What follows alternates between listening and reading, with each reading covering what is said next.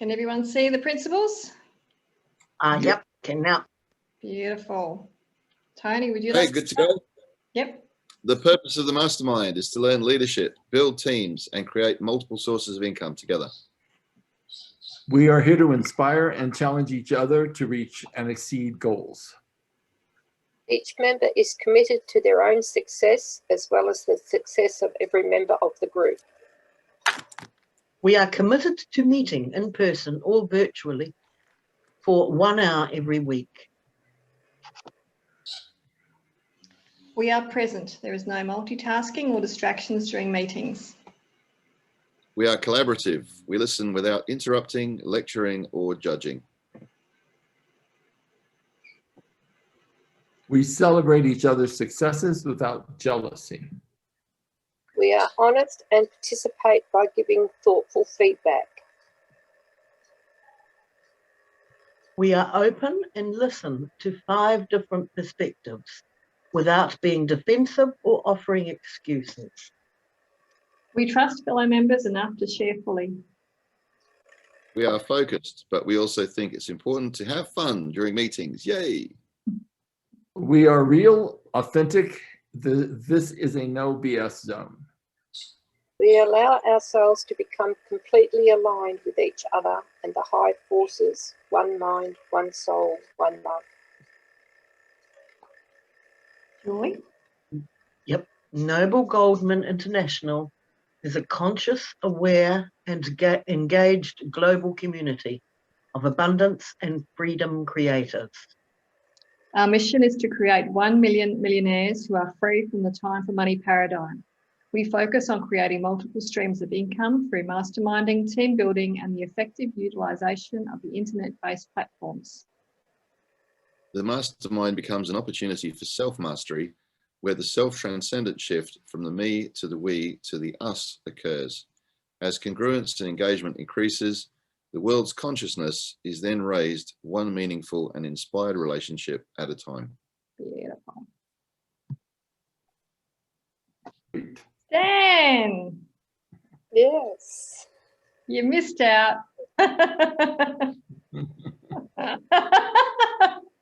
Timing. I thought we could follow on a little bit from last week now that Gary's here as well, and we can dig a bit deeper about who we are. Last week we spoke about the mirror of other people and relationships that we're in, and who we're showing up to be, what triggers us. And I thought it was a pretty interesting discussion, but then I was thinking as well, and I was re-listening to one of the classes of Gary's and talking about what makes us who we are. How do we identify ourselves? How do we, you know, show up? And I think it's a pretty important discussion point because who we are showing up with to achieve our goals very much is affected by who we are becoming. And in fact, on a blog that I wrote for Your Desired Success, I said the goal wasn't the goal is who you are becoming along the journey to your goal. So I thought it would be a very interesting discussion to talk also about the importance of communication in how, like, what is the response we're getting from our communication? So often what we think we're saying isn't what's showing up, and isn't how we're being interpreted. So and you know, I mentioned this to Gary. I was talking about the HNLP model of communication, which is very much about well, we'll go into that in a minute, but perhaps Gary, do you want to expand on anything from that? Sure. The NLP model of communication for me, anyways, is something that I think it's so transformative. It's so meaningful for so many levels. So I'll just do a little riff on it. And Tony, you feel free because you're very familiar with this model as well. Just pipe in anytime you choose. But are you going to do a screen share of that page? I can find it. I had it up and now it's disappeared. I'll just wait till V gets it up. It's a lot easier to kind of explain for those of you who are unfamiliar with it. I just need to shut down something to open it.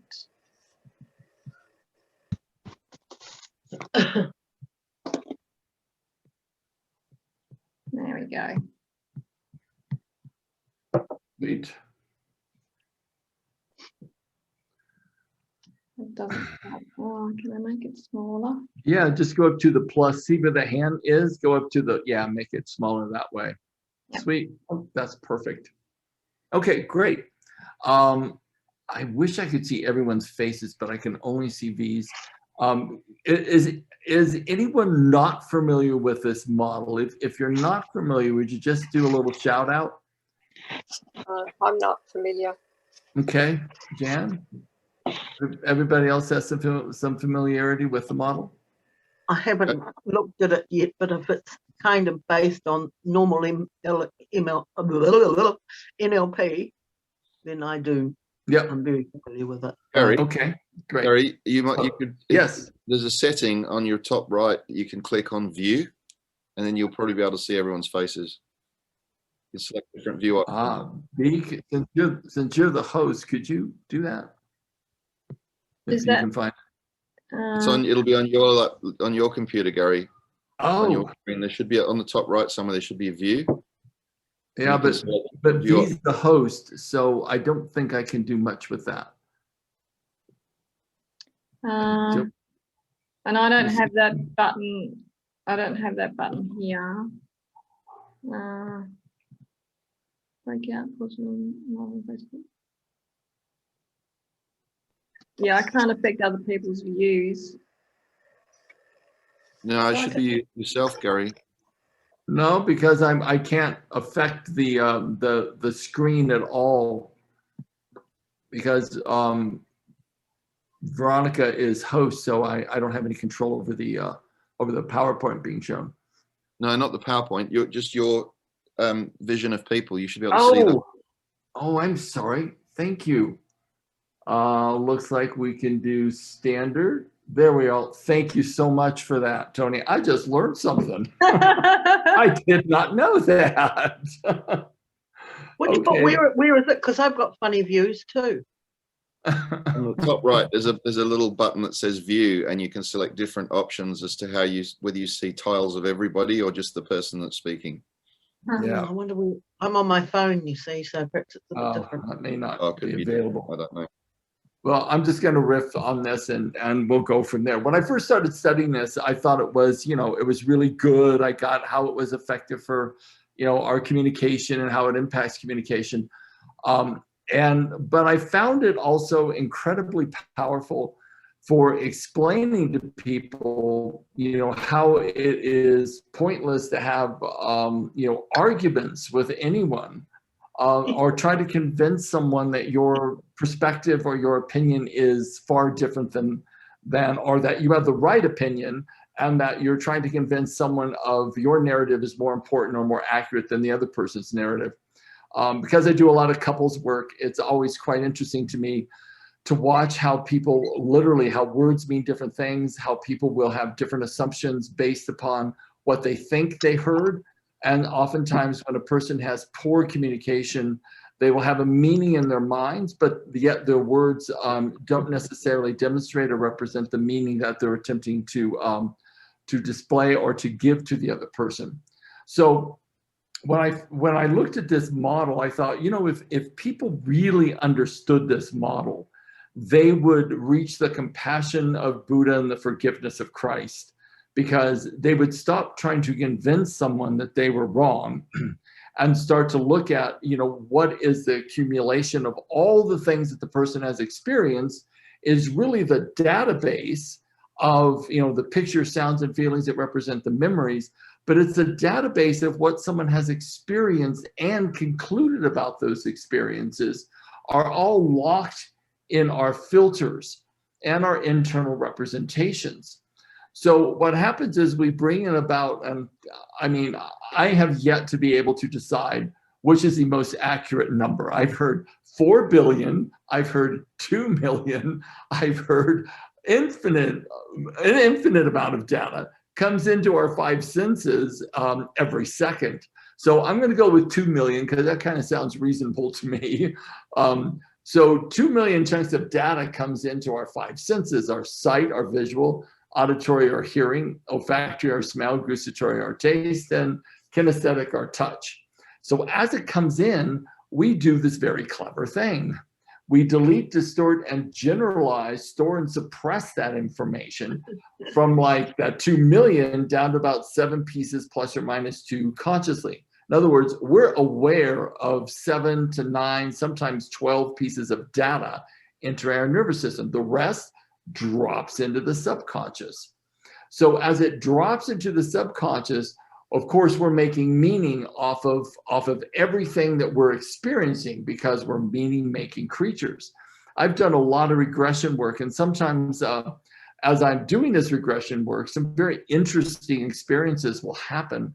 I was working with this doctor, and he said, I'm constantly insecure. And, you know, he's like super wealthy, and he's super accredited, and he's very famous in the Dallas area. And he said, I'm always insecure, like frantically insecure. And so we did a regression back to the root cause of his insecurity. And it was, he regressed back, and this is a very beautiful, you know, Pakistani gentleman who's very accomplished. His Islamic faith is how he views the world. And when I regressed him back, he went to the 3rd trimester in the womb and heard his father say, or maybe it was second trimester, and heard his father say to his mother, you have to abort this child. I don't want a child. And so from that moment forward, his whole focus turned towards his mother, and that his mother was his anchor to having life and living and surviving. So when he got involved with women, he would become so insecure with the woman, he would overextend, overpromise, and overcommit.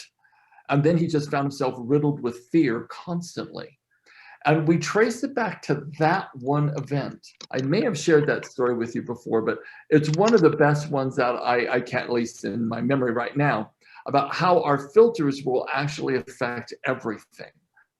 So we form our memories, our values, our beliefs, our attitudes, our language that represents our experiences, all through this process of the data coming in, us ascribing meaning to it, us literally taking a picture of it, loaded with the remembrance of sounds and feelings. Then we form an internal representation, which is, again, the images, the voices, and the feelings. That creates an emotional state. That affects our physical bodies. That drives all of our behavior. So if I say to someone, you know, you're inaccurate, it's not true, your perspective is whacked, I think you're crazy, I'm literally invalidating everything that they have ever experienced and concluded about that experience in that one moment. What is really required is that we look at how we can begin to start having this process be something that we look at and go, wow, it's like, if I am condemning this person's totality of their experience, then how respectful or disrespectful is that? My whole objective then is to try to build a bridge to mutual understanding so that I can understand them better and they can understand me better. I was doing a session with a couple that were in a very serious meltdown. She had all of her stuff packed in her car already. And we had this really critical conversation to kind of see if we could save the situation. It got saved, luckily. And part of it was expectations being placed on the other partner, expectations of them, having to do for the one partner things that they never signed up for, assumptions, secret contracts. All that was being displayed in this meltdown process. And so one of my thoughts was, that this model, the place where we can actually make changes in ourselves and in other people, is we shift our language. If you look at the filters, the filters is really one of the only places and the internal representations that you can make changes to how a person sees their world. So language is one, memories is another. Those of you, Tony, did you ever do any classes with me when I was in Perth? I don't think you did you? No, but I will next time you come. Yeah, I would love that. But the memories, V's been trained in this. So if you ever need any help with this, please look up V. But I developed this process quite a while ago that will decode your nervous system from negatively charged memories in about 5 to 10 minutes. So it's very effective. It works with trauma, but that is one place where we can actually begin to affect deep change. When I was working with this couple, the woman in the couple was saying, you don't see me, you don't acknowledge me, you're not validating me. And I've known her for years, and her whole relationship history is that same stories being played out with every man she becomes involved with. So I asked her during the conversation, if you were to track this feeling back in time, where would it go? And she said, 4 years old, when I was a little girl and my father was leaving my mother, and I felt like I wasn't going to survive, and I had to depend on myself at 4 to actually survive what was happening, because my mother was an alcoholic, and she went into another story about it. And so I said to her, that one thing, that one historical emotional state that's running through your life and all through your relationship history, that's yours to solve. It isn't his to solve. He didn't sign up for that. He signed up to be a wonderful partner to you. But he didn't sign up for rescuing you and saving you from all the history of this historical emotional state that you carry through your life. And because you believe that to be the way life is, that is all you see. And he's showing up in a really supportive way. And she got really quiet and thought and listened, didn't say anything for about 5 or 10 minutes. And then I finally said, it is the time that you have to spend neutralizing the past for yourself, shifting the beliefs, neutralizing the memories of the negative charge around this issue, so that you can show up without having secret contracts built around your partner to fulfill the things that you perceive that he doesn't even know what's going on inside your head, but that you perceive and you feel so, so enormously. I mean, the feelings were over the top for her. And when she got that, that's where we started to make a breakthrough. So when you start looking at how important this model is in regards to how we're creating our reality, how we're drawing things to us, are literally kind of pushing things away from us, it's oftentimes in this process. If you go down to the internal representations, the images, the voices, and the feelings, if everyone was to get a memory, why don't we do that? I mean, why don't we all just get a memory right now? A happy one, a good one, just go a little show of hands when you have it. V's got hers. A happy memory should not be that difficult, you guys, to get. You mean from childhood, Gary? Anything, any happy memory, just any memory. So Stan, I'm looking at you. I'm not seeing any hand up. Do you have a happy memory? Okay. Julie, you got one? Jan, you got one? Okay. So Tony, you got one too. Okay, sweet. So notice a memory and you're experiencing it. You're probably seeing an image. Is that true? Just kind of nod your head that way. And are you hearing any sounds? Jan, I keep looking at you because you're looking like Bambi in the headlights, a little confused. Are you hearing any sounds associated to the memory? Yes, I guess I am. Yes. Okay, so you're seeing an image, no doubt. You may be hearing some sounds. Are you getting feelings as a consequence? Yes. Okay, So there in the internal representations is also where people can make some changes for themselves very easily. I know Tony and Stan's familiar with, and Julie maybe as well, with some modalities. And the images that we're seeing in our heads, oftentimes when we find ourselves in upset or we find ourselves afraid in some way, or we're less than optimal in our emotional states, it's because we're kind of running this movie in our head, like 1 or 2 or 3 voices back, that is less than optimal for ourselves. I know I was going in for an operation not too long ago, and I don't think I'm repeating myself, but if I am, forgive me in advance. And I was not happy with it. I wasn't like, oh boy, I can't wait for this. I was like, this is freaking me out. I'm going to go under the knife. It had to be done, but I was nervous, and I kept telling myself, I kept running this narrative in my head. This is going to ruin my life. Like, this is going to like wreck me. It'll save me, but it'll wreck me at the same time. So I talked to my partner. I said, how am I going to walk through that hospital door on the scheduled morning I'm supposed to go in and actually submit to this? Like, how am I going to do that? And I'd be like all emotional and stuff, thinking, how am I going to do it? How am I going to do it? And then I just thought, about 3 days before the scheduled surgery, I thought, I better change my narrative. I train this stuff. I'm freaking out emotionally, and I think it's time. I better apply something to myself before I get myself all weirded out, right? So I shifted, and this is all I shifted. I just shifted. This operation is going to change my life for the better, and it's going to enhance my life and elongate my life. And that's what I began to tell myself. Anytime anything other than that would come up, I'd say, okay, cancel, clear. This is going to change my life for the better. And I just said that over and over and over again. And when the morning came, we drove up, parked the car, went into the surgery waiting room before they take you into prep. And I am like cool as a cucumber. I don't know why they make that statement. That is so weird.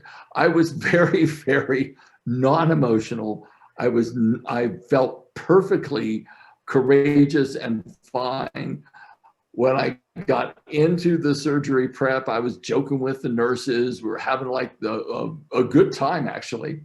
The only time my body started to freak out. My mind was fine, but my body started to like tremor. And then they just put me under, and I was out in 4 hours, and I was all good. The bottom line is, though, I could have caused so much trauma to myself unnecessarily by the language I was using with myself, rather than the language that was going to support another emotional outcome. So oftentimes, I find myself, anyways, being overcome with emotions, and then having to work my way back to a place where I can manage myself. So the places where we can make changes in our language, in our memories, and where we can really begin to look at, if you were working with someone with NLP that was trained and really good at it, the memories, the beliefs are 2 of the places that are so important to tackle. Because all of us are kind of swept up with limiting beliefs and memories. They're just layers of them, but we can get through them, and we can do it really effectively. And it's a permanent change as well. I'd like to just open up, I don't want to talk too much. I just want to open up the conversation. Like, what have you guys experienced around running scary movies in your head, if you're aware of it, saying language that is misaligned with where you really want to go? Like, I find a lot of myself included, like when I really want to go there, a lot of times everything unlike that will come up, and I have to work through that till I can just align my word, my thought, and my action towards my outcome and my goal. I just like to know what other people are experiencing around that as well. Tony, I seem to be looking at you, so I wanted to just call you and see if you would share any of your experiences utilizing this model. Sure. Apologies. There's a truck in the background, so I hope it's not making too much noise. No, I can't hear it at all. Okay, cool. I had the birds tweeting like crazy before as well. That's why I muted myself. Yeah, I was just going to say that because we're coaches doesn't mean we're immune from the same stuff that everyone else deals with. Oh, so true. You still get hit with those niggling voices where you get self-doubt, or you start telling yourself a story about something. It's just that fortunately we do have some tools in our locker that we can go, hang on a minute, what's going on here? Why am I talking this utter nonsense to myself? Snap out of it and reword that and start replacing that dialogue with something positive and empowering, not something that's going to, limit your capability to move forwards. So I get that all the time. I'm sometimes wonder if I hear too many voices in my own head, but anyway. You one of those that have 4 or 5 voices going on at one time, aren't you? Well, I've certainly said those words that you just said. Hang on a minute, you're a coach. You should be able to sort this shit out. Get on with it. I know. I like to say this isn't a destination, it's a journey, like every opportunity is like, none of us, I think, have any, I don't think none of us have this completely handled. Like I know people very close to Tony Robbins. I've spent time with him, and there's parts of his life that's a train wreck, and there's parts that's absolutely spectacular. And same with Wayne Dyer, there's parts of his life that absolute train wreck, and there's many parts of his life that's absolutely beautiful. The bottom line is, it isn't about we learn it, we got it, and we never falter. It's that we catch ourselves sooner and we apply more ardently the tools that we know, and then we move forward as a consequence from that. And my idea of success for myself is that time of between fear and breakthrough becomes shorter and shorter and shorter. And that's what I hold on to. I can catch it sooner. I don't stay in it as long. And that seems to be progress for me. So same for you, Tony? Yeah, Gary, I've got one quick story if sure. I have a moment. Please.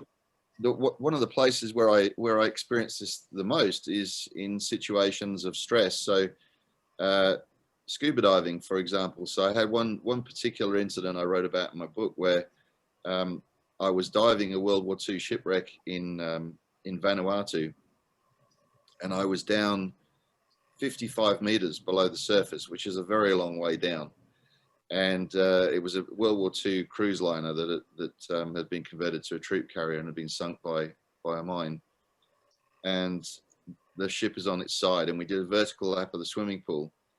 And when you're that far down, your body is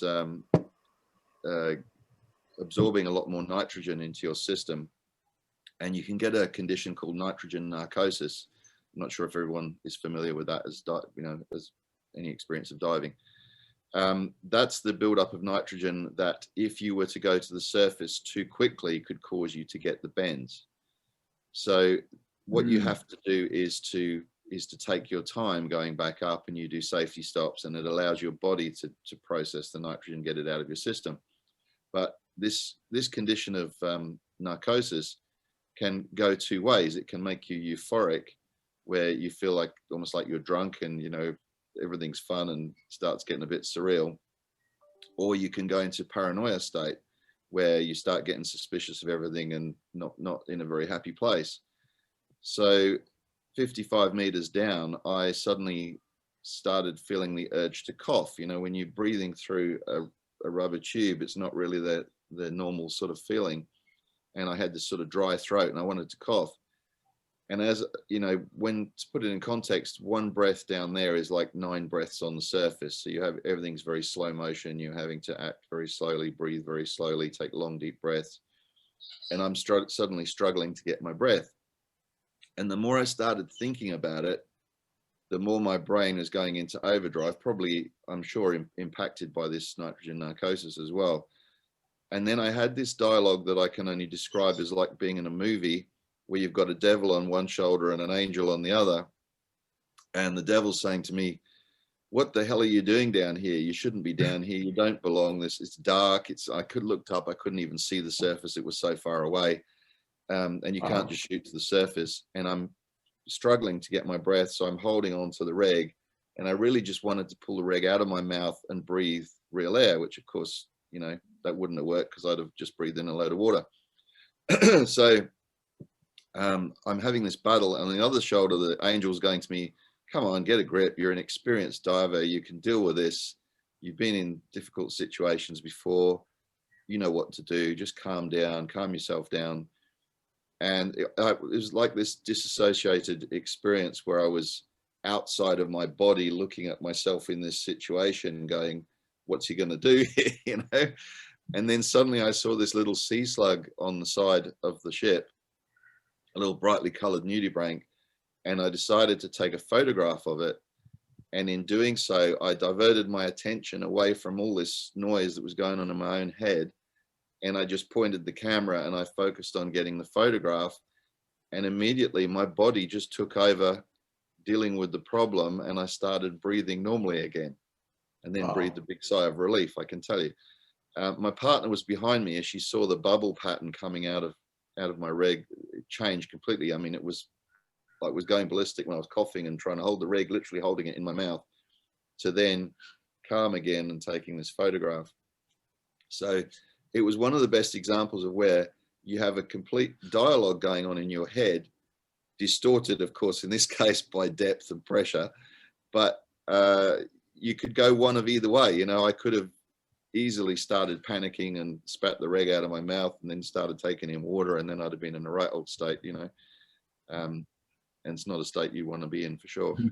But yeah, it's just, so that was an extreme example, being in a life-threatening situation. But I've had those sorts of conversations flying. You know, I had a pilot's license when I was 19, and you've got a stressful sort of situation going on. That's when you have to kind of go, hold on a minute, stop all that noise, concentrate. What can you do here? Does that help? That's not helping you.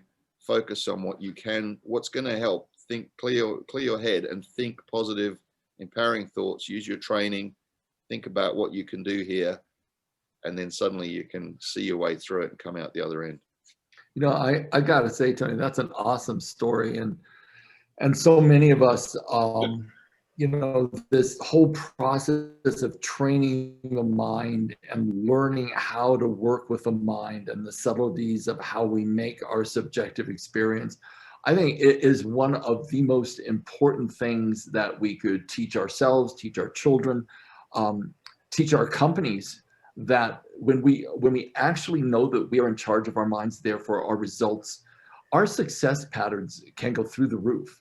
But people normally are not trained on, you know, some modalities and visual anchoring and those type of aspects that really help improve performance exponentially, and I think save lives.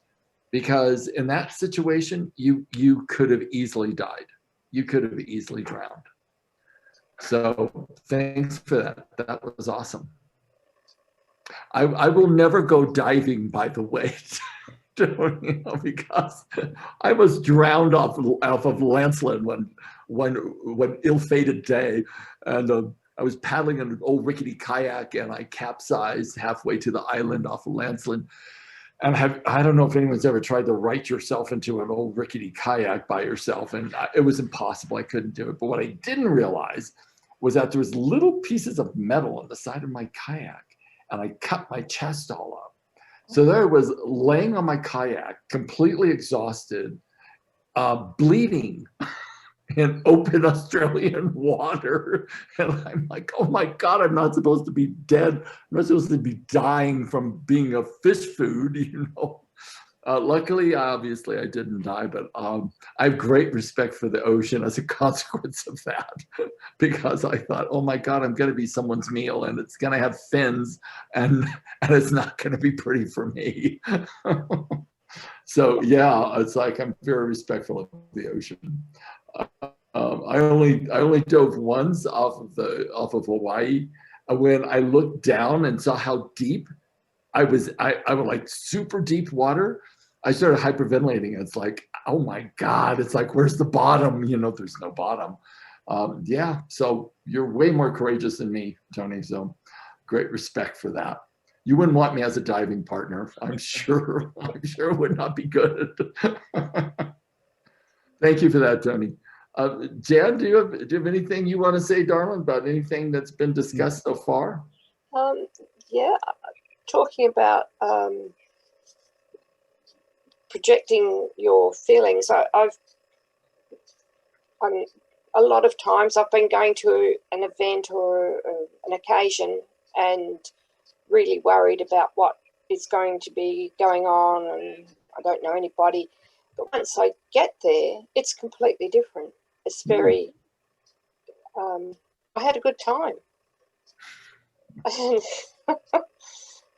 I don't know, I must have subconsciously had the thoughts that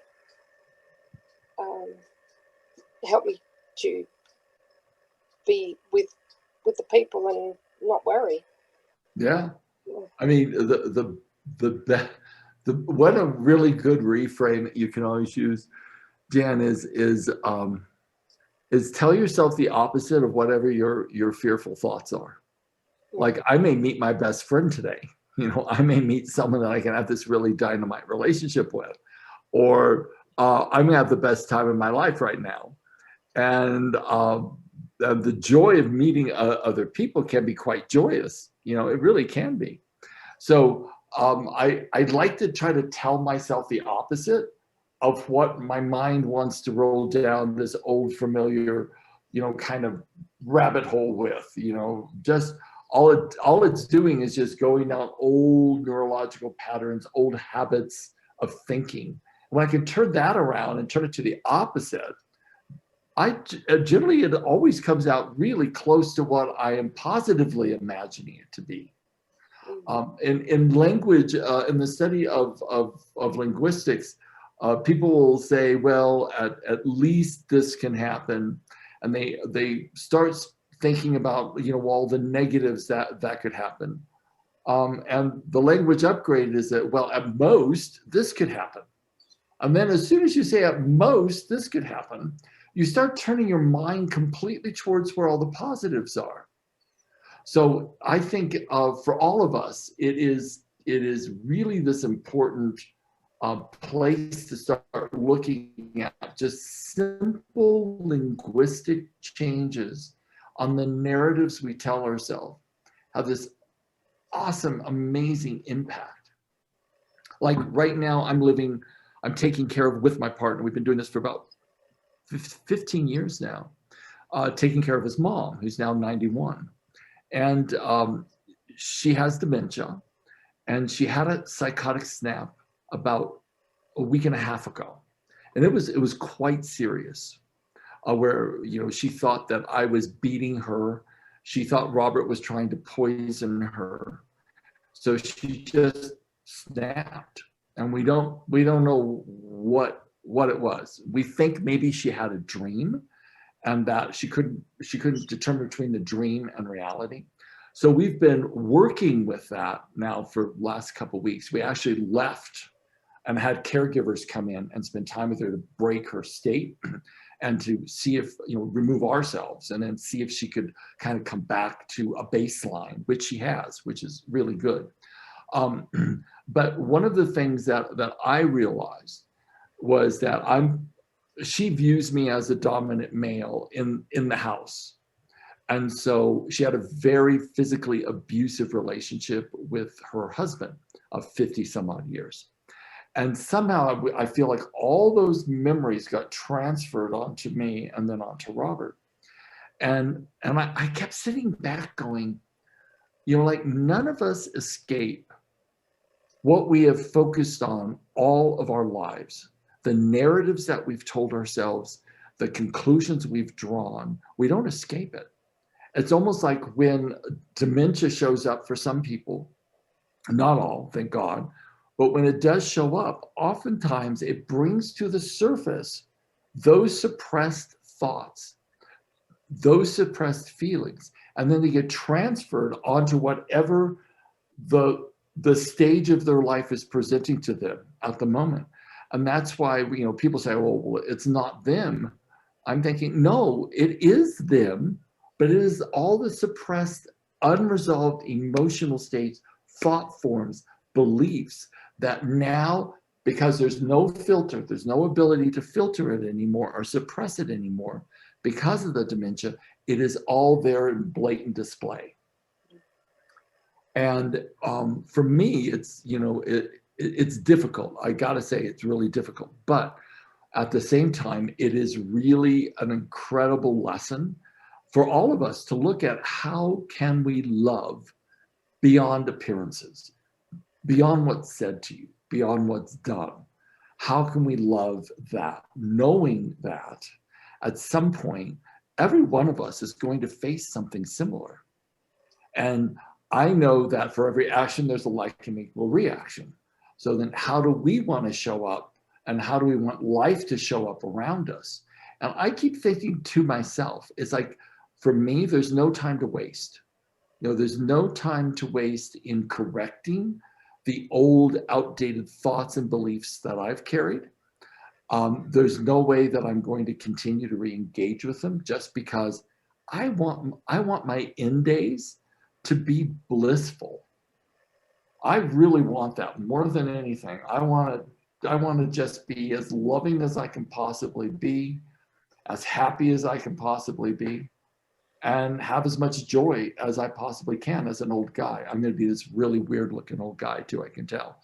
And as I continue to slowly mature, I keep thinking, yeah, I'm going to be one of those guys that just sits on a corner and probably sings to himself or reads poetry or cuddles up with his dog in a park. I'll be one of those guys.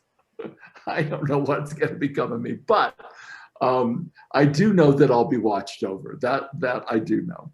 So in this experience, by being with someone who's at the end of their days and watching all of their suppression comes up and be displayed, I keep thinking now's the time for each of us to actually take our thoughts, our emotions, our relationships very seriously about how we engage with them and how we can move through them in a much more successful manner, a much more loving manner. So thanks for that, Jan. Julie, do you have anything you want to add to that, darling? Or anything you want to say about your experiences? You'll need to unmute, Julie. I always do that. I'm just kind of sitting here, and every single thing you were saying is just blatantly happened to me in the last 24 hours. And it's to do with relationships, and it's to do with old stuff, and it was also to do with mental. I've got the same thing with the people around me, close to me, that I love. And one has Huntington's disease, and the other, has got some aging stuff happening as well. And, it just triggers so much in me because, unbelievable. And this happened last night, and all day yesterday, because I've been out helping with my granddaughter and my son, who's just in the process of starting up a business. And of course he has this every day with watching his wife kind of deteriorate, and what part is her illness and what part is her personality is always very difficult to tell. Yeah. And she just had one of these days yesterday where she was completely I don't know where she was, but it was really difficult to be with, and I kind of compensated and got on and did everything around the place, and then obviously I got tired, and there was a part of me that thought, holy shit, what am I doing? I'm exhausted. I feel like the slave, and it's not being appreciated. So there was a bit of that going on in my ego, if you like. And it was just, what do I do? And then the other part, the wise part, was saying it is what it is, and you're just getting ratty because you're not getting appreciated, but she is where she is, and she can't see that. So you know what, you just need to create a bit of space, you know, because Yeah, you that's need to what, recharge. yes. So I've come back to my my other place where I live, and you know, I left everything in order there, and I just have to let it go there. And of course, my son is absolutely frantically busy trying to build this new business. He does all the housework, he does all the shopping, and you know, it's tough. It's tough to sit there and watch without you know, passing some judgments and is it the disease or is it her? And then you want to blame, you know, and I hated that side of me that even wanted to do that, you know, because I felt that a mother's dying of cancer. So it's really a horrible situation.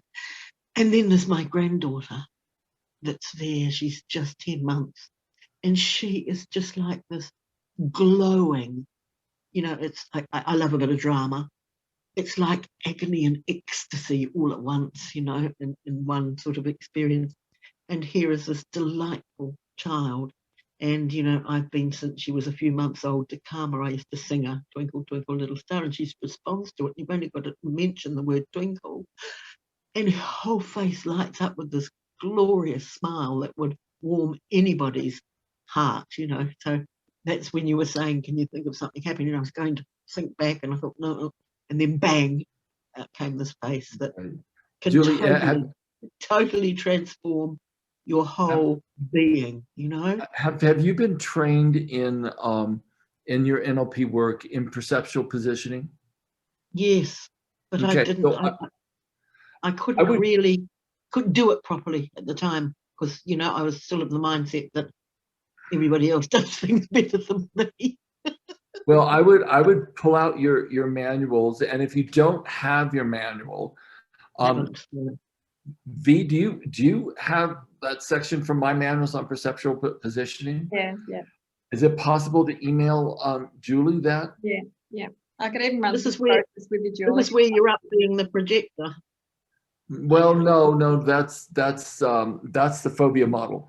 But perceptual positioning is a process that helps you gain understanding and gain a deeper perspective at an unconscious level of another person. I would highly recommend that, Julie, you do this with your son's wife, and that will start giving you sort of this sense of more compassion, better understanding, allowing you to sort of step into the shoes of her, so that you don't, haunt yourself with, of course, what our ego will always do is judge, condemn. It'll always do that.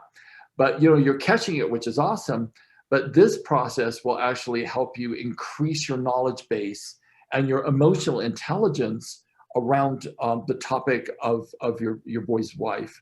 It'll help you. Yeah. So I'd highly recommend that. Yeah, Julie. well, I got in the car, this was just a few hours ago, well, even an hour ago, and just got, out onto the highway, pulled in and had a good cry, Good. Yeah, super important, darling. I mean, but this is why I think the mastermind is important for all of us, because I had this vision, though, for a minute. I thought we should all get like a commune, so when we all go crazy when we're really, really old, then we can all kind of take care of each other. Oh, they're kind of crazy today, I'm kind of good. I've really wanted to do that for years, and everybody looks at me as though I'm crazy, and I think, yeah, well, we could all support each other, couldn't we? Lovely. I'm going to go on to Stan. Stan, my man, where are you, buddy? Are you going to unmute yourself or show us your bright, shiny face? He's got his compass in his hand. Stan, come to us. He might be dealing with kids, trying to get them to He school. very well might be dealing with kids. Okay, it doesn't look like he's there. Yeah. So V, talk to me. Yeah, well, this Tell me very about this. Very enlightening, and it is very nice to see that, yes, even as coaches, there's work still to be done, and I kind of feel like we're a work in progress. Every day we're above ground, so we just got to keep learning. And I've been through stages where I think, no, I'm all good, and something comes up and goes, no, you're not. So it's about being humble and just accepting the lessons and just becoming more aware every day. And Julie, I can relate very much to everything that you're doing for your family, and being of service should actually create more energy for you. And I know sometimes it doesn't. And the thing you said about secret contracts is that's a real eye-opener for me. And that's very true, how we think we have expectations of what people should be doing. Yeah. But do they know? Have we spoken to them about it? No. And Julie, and it just reminds me with what you're doing. It's like, well, maybe before you be of service, ask, is this what would you like me to do this? So then they can actually appreciate that you've offered to do it and be conscious of, and that you are doing it, rather than just doing it and expecting something back. At least acknowledge. Oh, absolutely. Yeah. I mean, she had asked me to go out because she had a doctor's appointment, so I was out there for a few days and then helping my son as well. So they had asked. So this was just a little bit in between. Well, the last day. So. Well, Julie, you can always rest very easily with the fact that, you know, you showed up in love and caring, and always the intention behind an action, I believe, is what carries the greatest karmic benefit.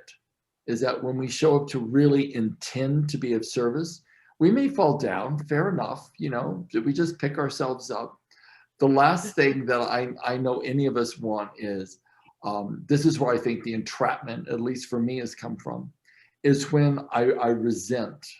If I resent, then I'm carrying it with me and into my future, into the next day.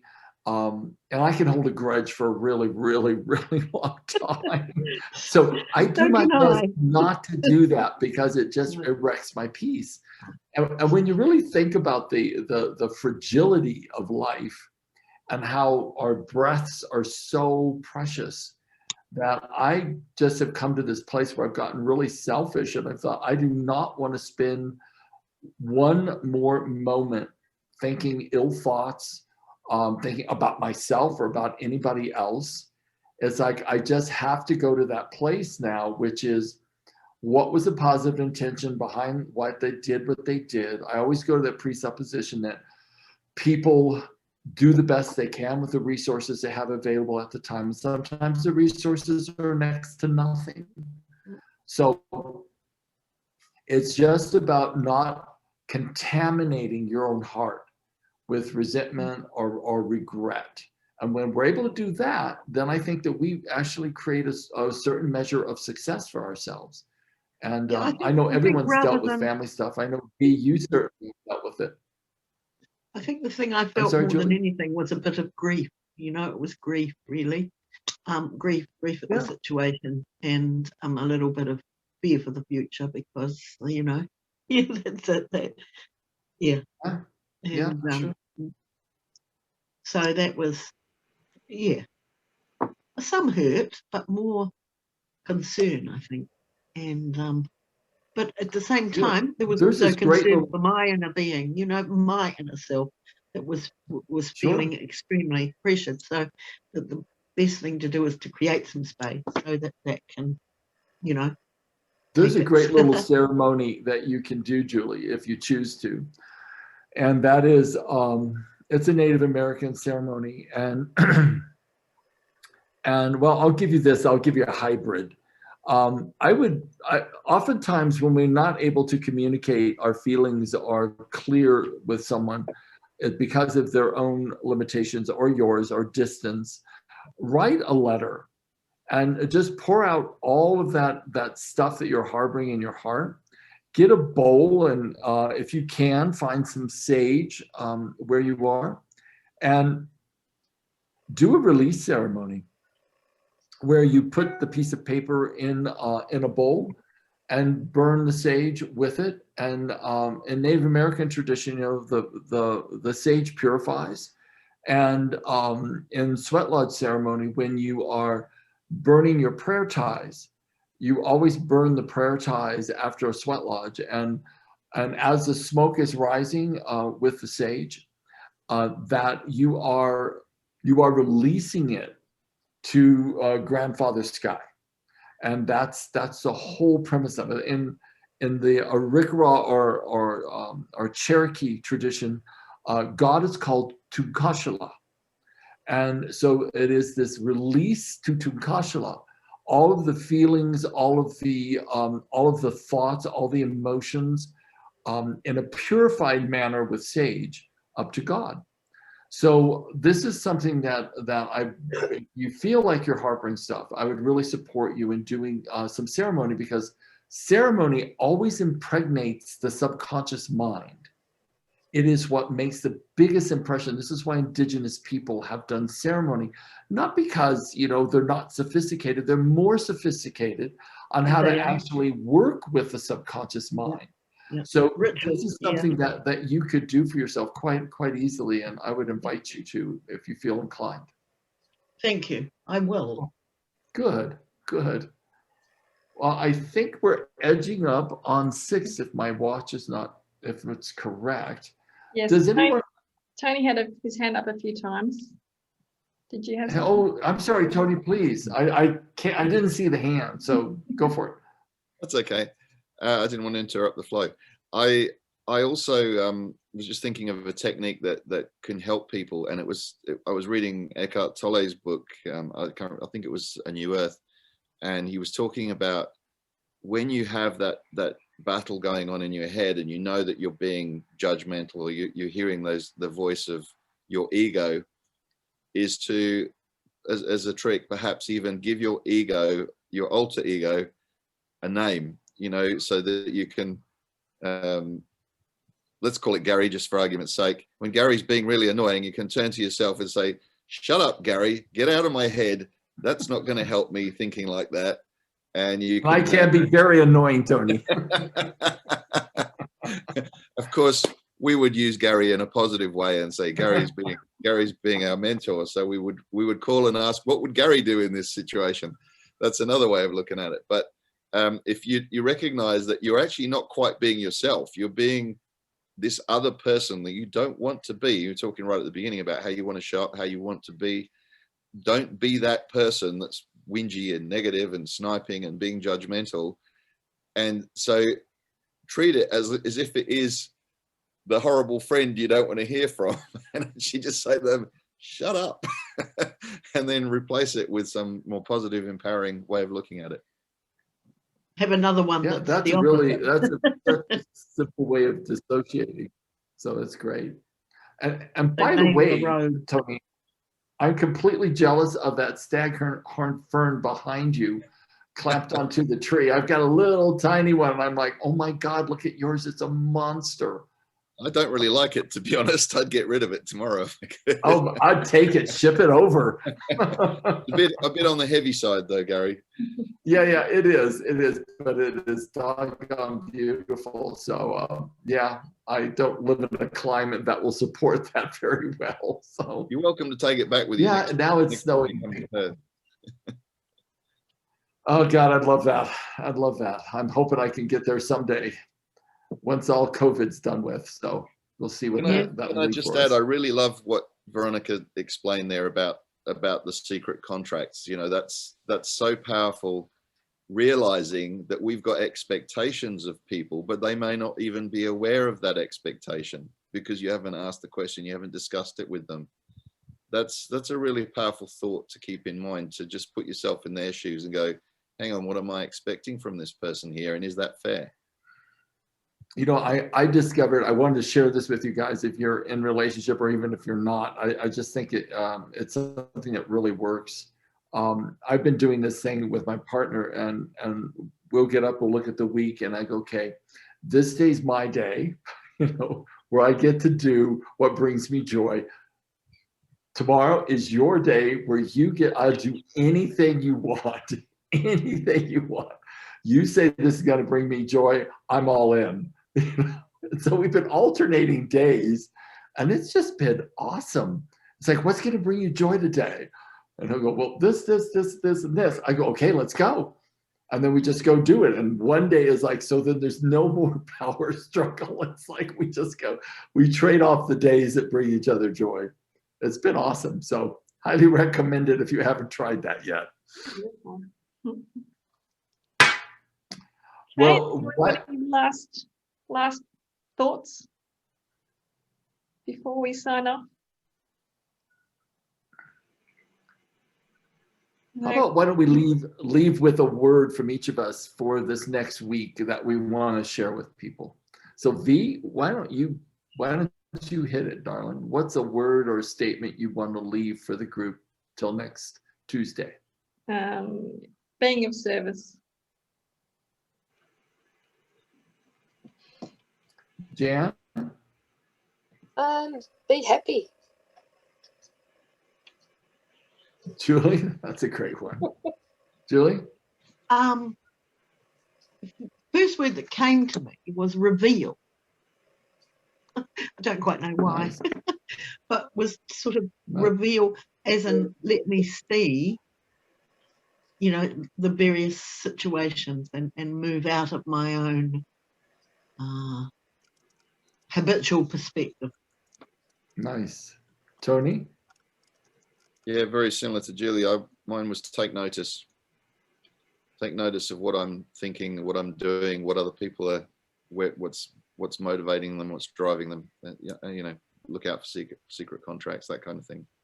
Perfect. I've written those down.